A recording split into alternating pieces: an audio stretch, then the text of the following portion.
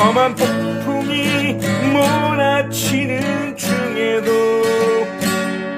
평강을 누리게 하소서.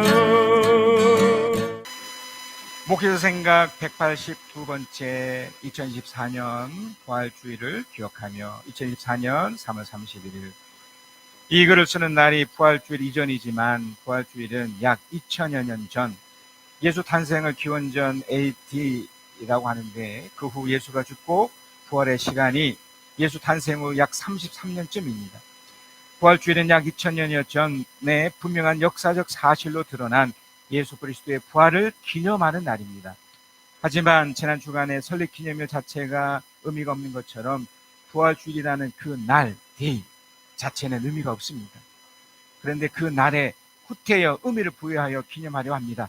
그것은 이스라엘이 지키는 유대력의 유월절을 태양력, 양력에 따라 맞추고 이것이 또한 우리나라 음력과 연관해서 매해마다 바뀌며 지키고 있습니다. 보통 4월 말에서 4월 말로 정해집니다. 가톨릭의 오랜 전통으로 굳어져 지금까지 왔는데 특정한 날, 대를 의미 부여했기 때문입니다. 사순절, 고난주간, 부활절 이런 것들이 가톨릭의 오랜 전통을 기독교에서 아무런 비판 없이 받아들인 결과입니다. 저도 한때는 그렇게 했습니다. 그러나 지금은 날, 데이보다 예수님의 부활이라는 그 자체를 기억하고 기념하기 때문에 날에 대한 생각이 달라졌습니다. 달라진 생각 속에서 예수 부활을 기억하고 기념하면서 몇 가지 나눕니다. 첫째는 예수님의 부활이 주는 소망과 행복과 기쁨입니다. 먼저 우리는 성경의 기록을 통해 예수님의 부활을 확인할 수 있습니다. 그 부활은 십자가라는 저주와 고통과 죽음을 말해주는 것을 통과해야 했지만 부활 그 자체로 모든 것을 뒤엎는 결과를 가져다 주었습니다. 구약에서 이스라엘 백성들이 유월절은 유대력으로 청월인데 이집트에서 건져주셨다는 것과 장자의 죽음에서 구원시켜 살려주셨다는 의미가 있습니다. 유월절을 지킬 때 하나님이 자기의 이름을 두려고 택하신 곳에서 양과 소를 잡아 제물을 바치고 누룩 넣지 않는 맛이 없는 텁텁한 빵을 먹어야 했습니다. 7일 동안 먹어야 했는데 이것이 고난주간이 됩니다.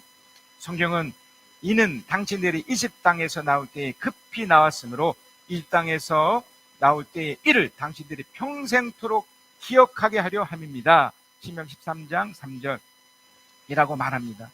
그리고 이들이 그렇게 기억한 후 즐겁고 기쁘게 제물로 바쳐진 그 외에 대부분을 맛있게 함께 먹습니다. 제물로 드려진 부분은 세상의 제사처럼 신을 달래기 위한 요식행위가 아닙니다. 내가 그 일을 기억하고 있으니 걱정 마시고 부활의 기쁨으로 소중한 사람과 함께 기쁘게 살겠습니다라는 하나님과의 소통과도 같습니다. 그래서 어쩌면 엄숙해야 할 이유가 없습니다. 예수님의 죽음 때문에 약간 슬플 수 있지만 그 슬픔이 행복과 바꿀 수 없습니다. 그래서 고난주간이니 하는 것이 어떤 의미로 받아들일 수는 있지만 그것이 목적이 되어 이 주간만 되면 금식하고 몸을 힘들게 할 필요가 없습니다. 예수님의 죽음은 전격적으로 이루어졌고 약 36시간 안에 결정돼 버렸습니다. 그러나 주님이 부활하셔서 지금까지 살아계시며 언젠가 눈으로 볼 때에 그날을 기대하며 언젠가 눈으로 볼 그날을 기대하며 살고 있습니다. 그렇기 때문에 행복하고 기쁘며 진짜 소망 가운데 하루하루 때론 견디고 버티며 살아가는 것입니다. 또한 나도 영적인 부활이 일어났지만 이후 육체적인 죽음이 찾아오든지 주님의 재림 가운데 늙은 육체가 된다 할지라도 주님과 같은 완전한 부활체가 되어 살 것을 믿고 소망합니다. 둘째는 매 주일이 주는 행복입니다. 저번 주 설교 내용도 그렇지만 우리는 늘 넘어집니다. 한 주간이 아니라 하루라도 몇 번씩 무너집니다.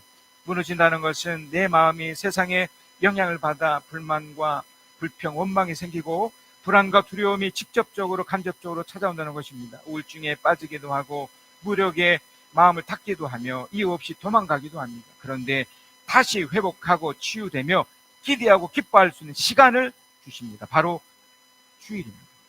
이 날이 매주 진행됩니다. 우리의 경우 일요일 10시 45분에서 11시 50분의 시간입니다. 이 시간에 우리는 예수님의 부활을 기억하고 기념하면서 다시 회복되고 치유되며 소망을 가지는 시간이 됩니다. 2024년 부활절을 기억하면서 이번 주간을 기대합니다. 우리 교회 성도 여러분, 부활의 소망 가운데 행복과 기쁨으로 삽시다. 정말 하나님의 축복을 누립시다. 주님이 부르시는 그날까지 때론 버티고 견디면서 주님이 주시는 그 행복감으로 아름답고 보람되게 삽시다. 이 예식은 우리 주 예수 그리스도께서 친히 세우신 것입니다. 그리스도의 죽음과 부활을 기억하면서 성령 안에서 주님과 연합하는 예식입니다. 성도 여러분, 이 성찬은 우리의 죄를 대속하신 예수 그리스도의 십자가 은혜를 생각하게 할 뿐 아니라 주님과 영적으로 한 몸이 되는 예식입니다. 더 나아가 공동체적으로 하나님이 예비해 놓으신 천국 잔치에 미리 참여하는 예식입니다. 이 성찬식을 통해 주님은 우리에게 힘을 주시며 죄를 대적하게 하십니다. 모든 고난에서 견딜 힘을 주시고 우리를 굳세게 하시며 그리스도인으로서 책임을 다할 수 있도록 능력을 부어 주십니다. 그래야 우리 마음에 평안과 소망을 주십니다. 이 예식은 세례받은 성도들이 빵과 잔을 함께 나누어 먹고 마시는 방식으로 진행합니다. 그러나 양심의 가책을 느끼시는 분과 죄 없는 교회를 향한 거리낌이 있으신 분들은 떡과 잔을 받는 일을 주의하시기 바랍니다. 자비로우신 하나님, 영광과 존귀와 감사와 찬송을 올려드립니다.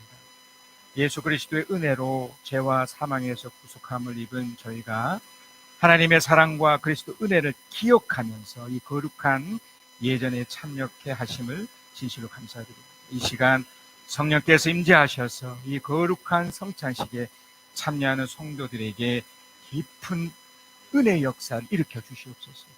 우리가 하늘 보좌 우편에 계신 예수 그리스도의 임재를 참여할 수 있도록 성령께서 우리를 이끌어 주옵소서.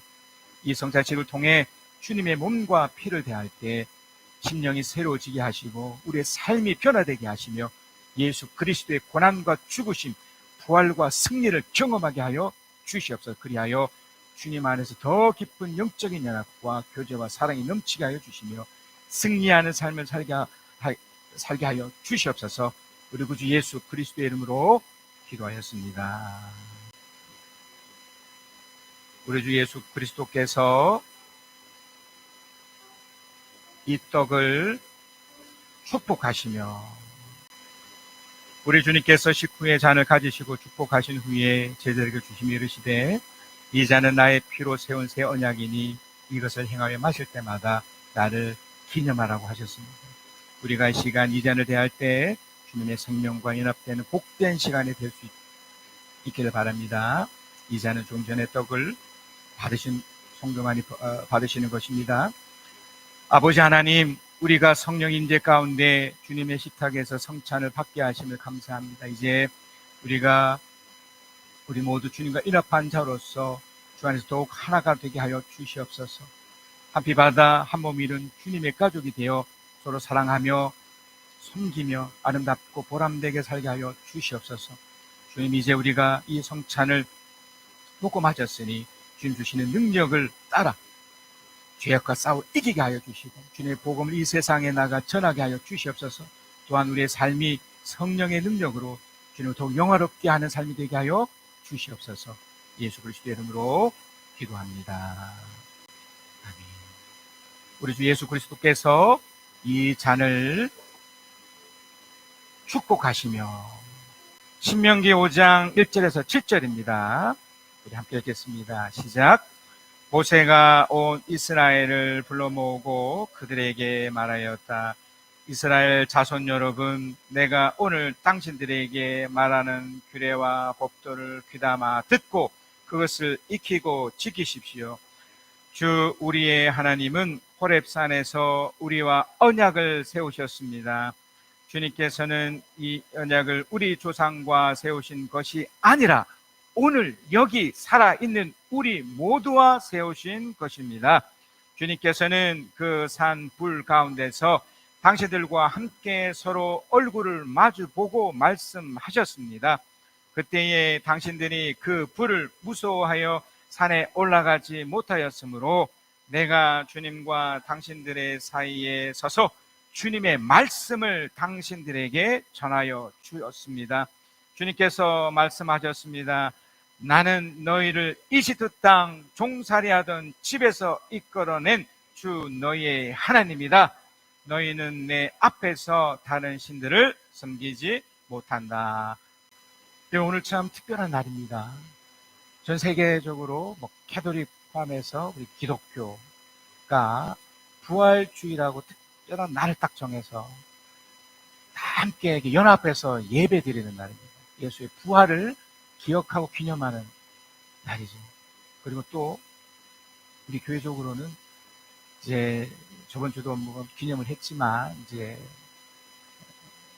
세워진 지 벌써 한 27, 8년이 되는 때가 되고요.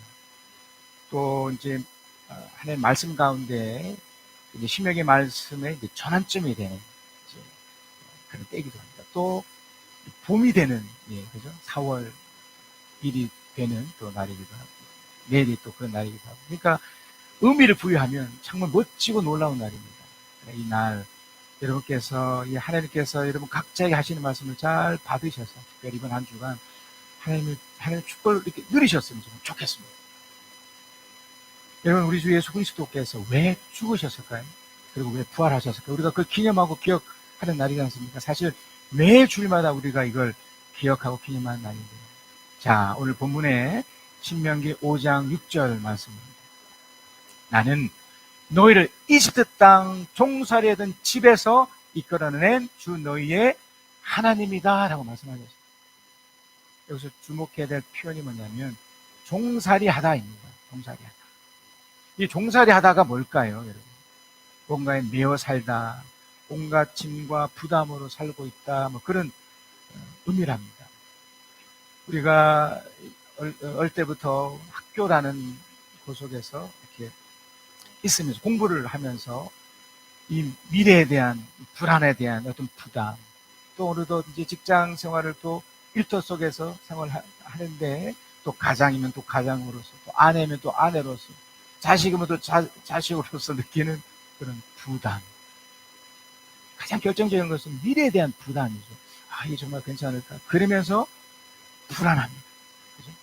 또 두렵습니다. 이 두려움이 강해져 공포심까지 또 생겨지고, 이것 때문에 무엇이 만들어지냐면 불만이 생깁니다. 불만이 생기니 불평이 되고요.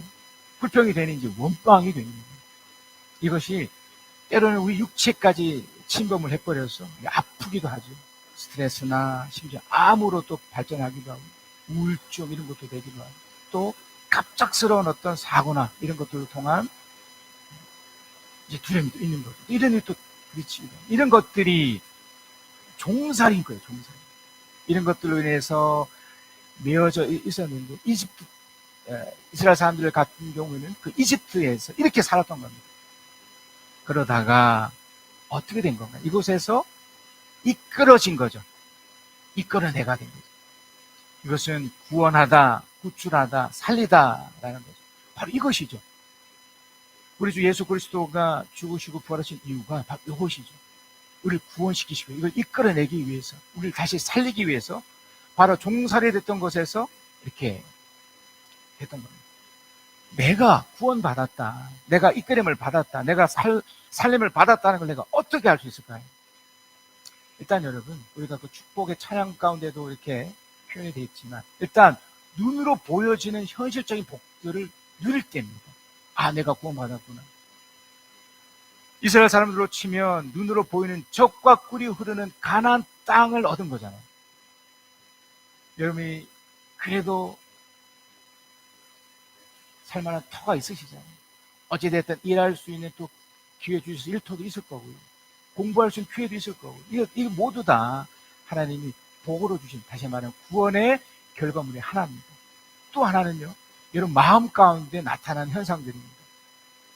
행복감, 기쁨, 성취감, 이런 것들이죠. 이런 것들로 인해서 알 수 있는 겁니다. 아, 내가 구원받았구나, 내가 이끌림을 받았구나, 내가 도움을 받았구나, 내가 구출함을 받았구나, 이 땅 가운데서 내가 살아가고 있구나를 얻을 수 있는 겁니다. 자, 그런데 우리는 어떤 딜레마에 빠질 수 있습니다. 뭐냐면 우리가 하나님을 믿고 있습니다. 그죠? 믿고 있으면서 이런 이끌어낸 내면에 의한 결과가 분명 있음에도 불구하고 삶의 현장이 넉넉하지 않지 않습니까? 예. 덜컥덜컥 위험이 찾아오고요. 일어나서는 안 될 일도 덜컥덜컥 일어나고. 얼마 전에 이제 제 아이도 그 인대가 파열되는 바람에, 예. 이게 뭐 예상이라도 했던 일이겠습니까? 이렇게 다치시기도 하고, 아프시기도 하고. 우리 성도들 가운데 한 번씩 이렇게 연락을 주시면 저 마음도 덜컹덜컹 하거든요. 이게 뭐지? 내가 분명히 구원받아서, 이끌림을 받아서, 이 종살이 되는 곳에서 이렇게 나름대로 행복하게 사는데, 왜 또 이런 안타까운 일들이 왜 또 일어나고, 또 내 마음이 항상 이렇게 기뻐하지 못할까? 때로는 이런 것 때문에 힘들어하고, 고통스러워하고, 때로는 짜증도 나는, 왜 그럴까? 그래서 여러분, 이 부분이 우리가 매주마다 이 예배를 드리고, 이렇게 정기적으로 이렇게 성찬식을 하는 이유도 이런 것 때문 아니겠습니까? 그래서 하나님의 방식이 있습니다. 우리를 향한 방식이죠. 사사기 2장 1절에서 3절입니다.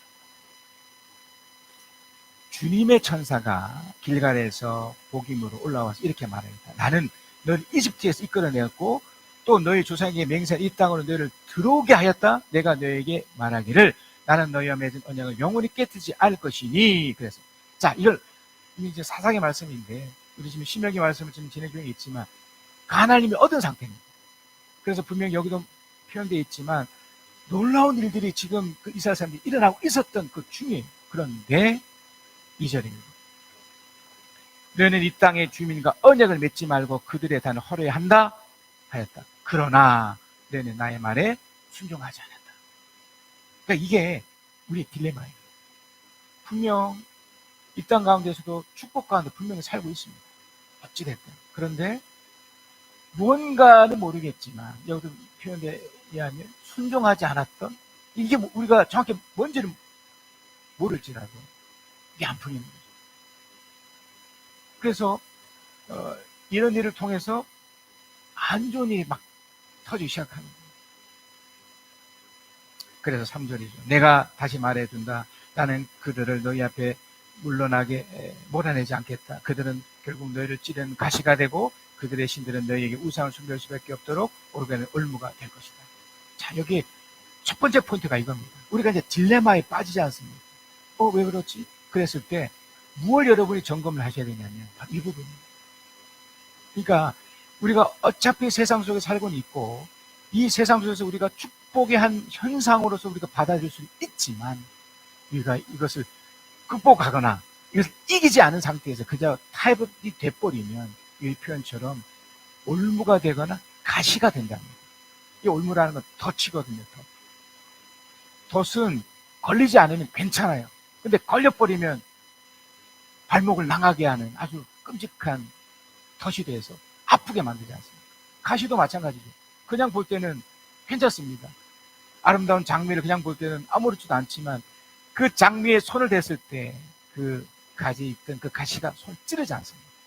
그러니까 이 세상 속에서 분명 우리에게 놀라운 것도 분명 주셨지만, 축복처럼 주셨지만 우리가 그걸 극복하지 않은 상태에 그냥 놔둬버리면 이렇게 될 수 있다는 것을 말씀하시는 거죠. 자, 계속해서요. 사사기 2장 10절에서 12절입니다. 그리고 이제 여기서 이제 주목할 것이 바로 이 부분입니다. 우리 딜레마 속에서 우리가 이제 찾아내야 될 게 이겁니다. 그리고 그 세대 사람들도 모두 죽어 조상들에게 돌아갔다. 그죠? 근데 그들이 죽은 뒤에 새로운 세대가 일어났는데 여기까지. 문제는 그들은 주님을 알지 못하고 주님께서 이스라엘 돌보신 일도 알지 못해요. 제가 어느덧 우리 교회 섬긴 지가 이제 담임 목사로 섬긴 지 9년 차, 내년 10년이 되는데 이전에 부교육자를 포함하면 무려 24년이 됩니다. 긴 시간을 내 나름대로 하나님을 이렇게 섬기고 있었는데 문제는 내가 이 믿음의 이 생활들을 다음 사람들에게 전수하지 못할 때 그냥 나로서 끝나게 되면, 그러니까 내가 하나님의 받은 이 은혜와 이 축복들을 이렇게 잘 전달해주지 못하고 이렇게 끝이 나고 나로서 끝이 나잖아요. 그러면 그 다음 사람들은 하나님을 알지 못하는 세대가 되는 거예요. 목사님, 저는 여러분에게 설교라는 형식으로, 또 여러분은 여러분의 삶의 그 현장 속에서 여러분의 방식으로 또 손수시켜줘야 돼요. 그렇지 않으면 이런 일이 되는 거죠. 자, 결국 어떻게 된 줄 아십니까? 11절입니다. 이스라엘 자손이 바알 신들을 섬겨 주님께서 보시기에 악한 행동을 일삼았으며 이집트 땅에서 그들이 그네 조상 하나님을 저버리고 주의 백성이 섬기는 다른 신들을 따르며 경배하며 주님을 진노하시게 하였다. 여기서 주목할 표현이 뭐냐면 주님께서 보시기에. 그러니까 세상에서는 주님을 모르잖아요. 주님을 모르기 때문에 주님 보실 때 악한 행동이 뭔지 모르잖아요. 그들에게 흔히 하는 그냥 일상적인 행동이 하나님 보실 때 아주 무시무시한 행동이라면 어떨 것 같습니까? 사람인 우리도 내 자식이 내가 가르쳐주고 그런 것들을 존수받지 못한 상태에서 세상 볼 때는 아무렇지도 않은 행동이지만 하나님 보실 때 분명 이건 악한 행동으로 나타나는 걸 보게 될 때 아빠의 마음, 이 아버지의 마음, 이 엄마의 마음은 얼마나 아프겠습니까? 더 심각한 거는요, 이것 때문에 하나님께서 진노하신다는 거예요. 자, 그래서 여러분, 우리는 어떻게 해야 될까요? 이렇게 전수도 해야 되지만 나는 어떻게 해야 될까요? 이 하나님의 말씀에 대해서 생각을 해야 되는 건데 어떻게 해야 될까요? 사사기 2장 18절 19절입니다. 그러나 주님께서는 그들을 돌보시려고 사사를 세우실 때마다 그 사사와 함께 계셔서 그 사사가 사는 동안에는 그들을 원수들의 손에서 구하여 주셨다. 주님께서 원수들에게 억눌려 괴로움을 당하는 그들의 신음소리를 들으시고 그들을 불쌍히 여기셨기 때문이다. 그러나 사사가 죽으면 백성은 다시 돌아서서 그들의 조상보다 더 타락하여 다른 신들을 따르고 섬기며 그들의 경배하였다. 그들은 악한 행위와 아른 행실을 버리지 않았다. 이 중요한 사사. 이게 쩌째라고 그래서 판사 뭐 이런 의미가 있긴 한데, 그러니까 우리 주님이 사실은 이 사사에 같은 역할이죠. 사실 우리도 사사와 같은 역할을 부여받았습니다. 자, 질문이 어떤 질문입니까? 하나님의 말씀을 지키지 못할 때, 이것을 전수하지 못할 때 나타나는 현상을 말씀드리고 있는 거예요. 우리는 하나님의 말씀을 지켜야 됩니다. 우리만큼. 왜냐하면 이것 때문에 그래요. 그렇게 하지 못할 때 악한 행위 때문에 하나님이 엄청난 진노를 그 다음 세대에게 부으실 수 있기 때문에. 그래서 우리는 예수님을 기억하면서 그분처럼 살려고 노력해야 돼요. 어떻게 해요? 주님 말씀을 지키도록 노력했던 것처럼 그렇게 살아야 돼요. 자, 그러면 여러분, 하나님의 말씀을 지킨다는 것이 어려운 걸까요? 어렵지 않습니다. 다음 시간에 구체적인 내용을 또 설명을 드리겠지만, 아주 단적으로는 여러분이 이렇게 예배 참석하는 이런 것들이죠. 또 하나님의 말씀을 듣고 또 이것을 또 풀어하는 설교를 즐겨 들으시고, 그러면서 자꾸 여러분의 삶 속에 적응시켜야 됩니다. 그래서 세상에 볼 때가 아니라 하나님 보실 때 그 행동을 스스로 점검하셔야 됩니다. 아, 이게 바른 행동인지 바르지 않는 행동인지. 그 기준이 바로 하나님 말씀인 거죠. 그 계속 되새기면서 반복적으로 그것을 점검하는 겁니다. 그래서 매 주일마다 드려진 여러분 이 설교와 성경 읽기 이런 것들은 마치 동기부여가 같습니다. 여러분을 자극해 주는 겁니다.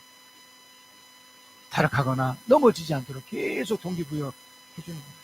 그래서 여러분, 예수님을 기억하고 그분처럼 그 하나님의 말씀을 지키려는 노력을 하셔야 됩니다. 자, 두 번째가 있는데요. 사사기 2장 20절 23절입니다. 이제 어떻게 하면 될까의 두 번째는 하나님 의도를 파악해야 되는 건데요. 그러므로 주님께서 이스라엘 백성에게 크게 노하셔서 이렇게 말씀하셨다. 이 백성이 내가 그들의 조상과 세운 언약을 어기고 나에게 순종하지 않았다. 그러므로 나도, 이게 재밌는 표현입니다.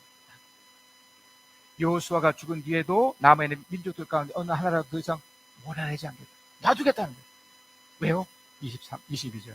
이렇게 하여서 이스라엘 백성이 나 주가 가르친 길을 그들의 조상처럼 충실하게 걸어가는지 가지 않는지 시험하여 보겠다. 테스트합니다. 그래서 주님께서 다른 민족들을 얼른 몰아내지 않고 그 땅에 남아있게 하셨으며 여호수아에게도 그들을 넘겨두지 않으셨던 것이다. 그러니까 여러분, 어쩌면요, 우리들에게 일어나는 부정적인 일들이 있지 않습니까? 하나님이 어떨 때 일부러 그렇게 두실 때가 있어요. 네가 어떻게 하는가 보자. 부모님, 저도요, 또 제가 우리 성도들께 옆에서 관찰했었을 때 이렇게 느껴지는 게 있거든요. 야, 얼음이 탁 터졌을 때 어떻게 행동하는가를 이렇게 볼 때가 있습니다.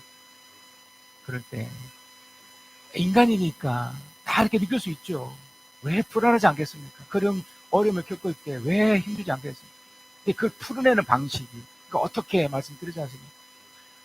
그래도 하나님께 나아가서 기도하면서 뭔가 있지 않을까? 오히려 하나님께 기대하면서 원망과 부평을 쏟아내는 것이 아니라, 왜? 이게 테스트라면, 이걸 먼저 이 표현처럼 뭔가 테스트라면 뭔가 있지 않겠나? 어떨 것 같습니까, 여러분? 사사기 3장 1절에서 2절입니다. 가나안 전쟁을 전혀 겪어본 일이 없는 모든 이스라엘 백성을 시험하시고, 이게 중요한 표현이 전쟁이에요, 전쟁. 그러니까 가나안 전쟁이 어땠던가 이제 2세대죠. 그러니까 3세대들은 그걸 몰랐단 말이에요. 2세대는 알았잖아요. 1세대들이 왜 망했고 2세대들이 그렇게 고생해서 전쟁까지 치르면서 가나안에 들어와서 그걸 겪었단 말이에요. 아, 이렇게 하는 거구나. 근데 그게 하나님께서 그들을 테스트하셨던 거예요. 남겨둔 민족이 있었다. 5절. 그래서 이스라엘 자손은 가나안 사람과 헷 사람과 아모리 사람과 브리스 사람과 히윗 사람과 여부스 사람과 함께 섞여 살았다. 함께 산 거예요. 우리가 지금 이 땅 가운데 세상과 함께 사는 것처럼 우리는 이 세상과 떨어져 살 수 없습니다. 여전히 살면서 이 세상에 주신 한 축복도 누려야 될 뿐만 아니라 이 속에서 뭔가 이걸 테스트로 여기면서 이겨내셔야 돼요. 이것을 극복해내셔야 돼요. 6절. 그리고 이스라엘 자손은 그 여러 민족의 딸을 데려다가 자기들의 아내로 삼았고, 이럴 수 있어요. 이게 괜찮습니다. 문제는 그 다음입니다. 또 자기들의 딸을 그들의 아들에게 주었으며, 그 다음이 문제예요. 그들의 신을 섬겼다. 오히려 그들을 변화시켜서 하나님의 사람이 되게 해야 되는데, 여러분, 세상에서는 그들의 신을 섬기기 뭐가 대수겠습니까? 뭐 부처를 믿던 뭘 믿던 그게 대수겠습니까? 그리고 그렇게 한들 뭐가 또 달라지겠습니까? 사는데 아무 지장 없습니다. 오히려 더 잘 살 수 있습니다. 그러나 하나님 보실 때요, 하나님 보실 때 우리는 알지 않습니까? 알고 있습니다. 하나님을 섬기며 산다는 것이 얼마나 큰 축복이고, 또 그것이 이후에까지 어떻게 되는지 우리는 알고 있기 때문에, 그러나 이걸 저버리고 이걸 놓쳐버리고 이걸 전수시키지 못하고 이걸 잃어버리면 이렇게 되는 거예요. 세상이 전부인 것처럼 알면서 살아버리는 거죠. 그 결과를 알지 않습니까? 결론입니다. 신명기 5장 7절입니다. 오늘 말씀이죠. 너희는 내 앞에서 다른 신들을 섬기지 못한다. 우리 함께 통소로 이 부분 동성이 함께 한번 다시 읽겠습니다. 시작.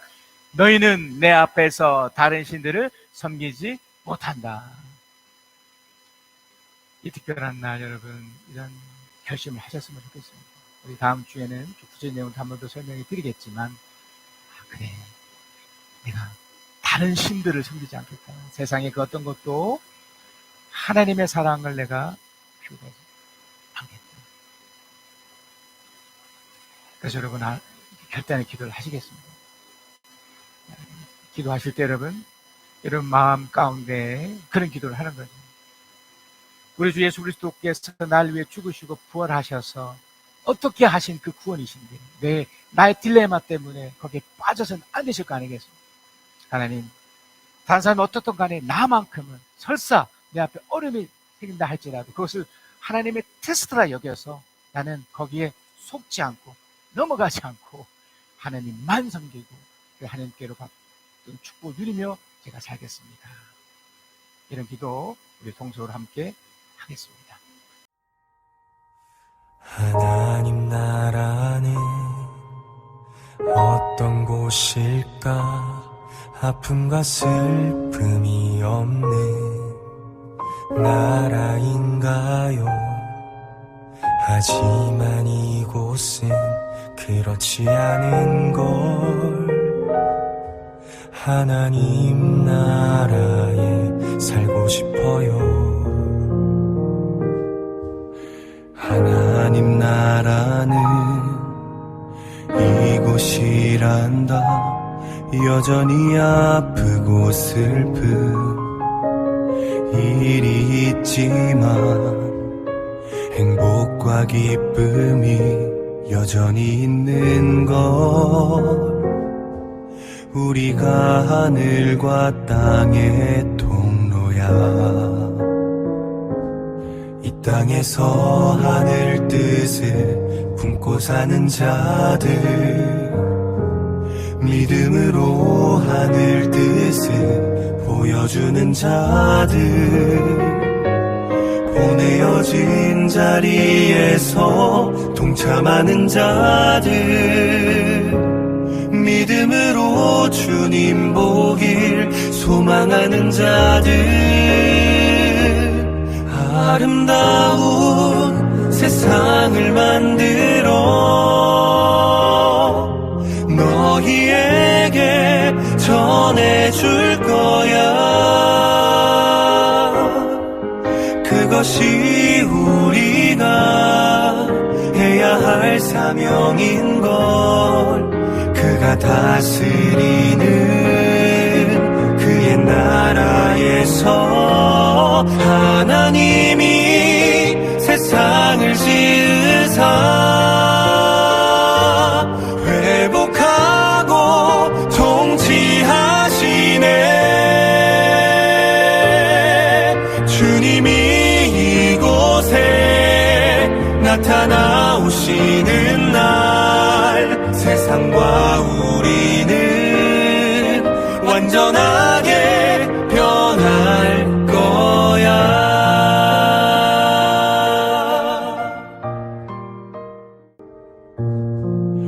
이미 왔으나 아직 오지 않은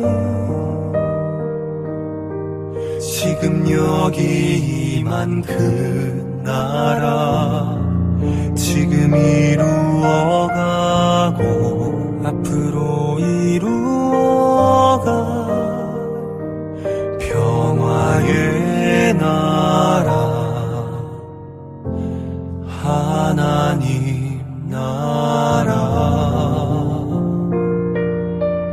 주님께서 우리들에게 복을 주시고 우리들을 지켜주시며, 주님께서 우리들을 밝은 얼굴로 대하시고 우리들에게 은혜 베푸시며, 주님께서 우리들을 고이 보이셔서 우리들에게 평화 주시기를 빕니다.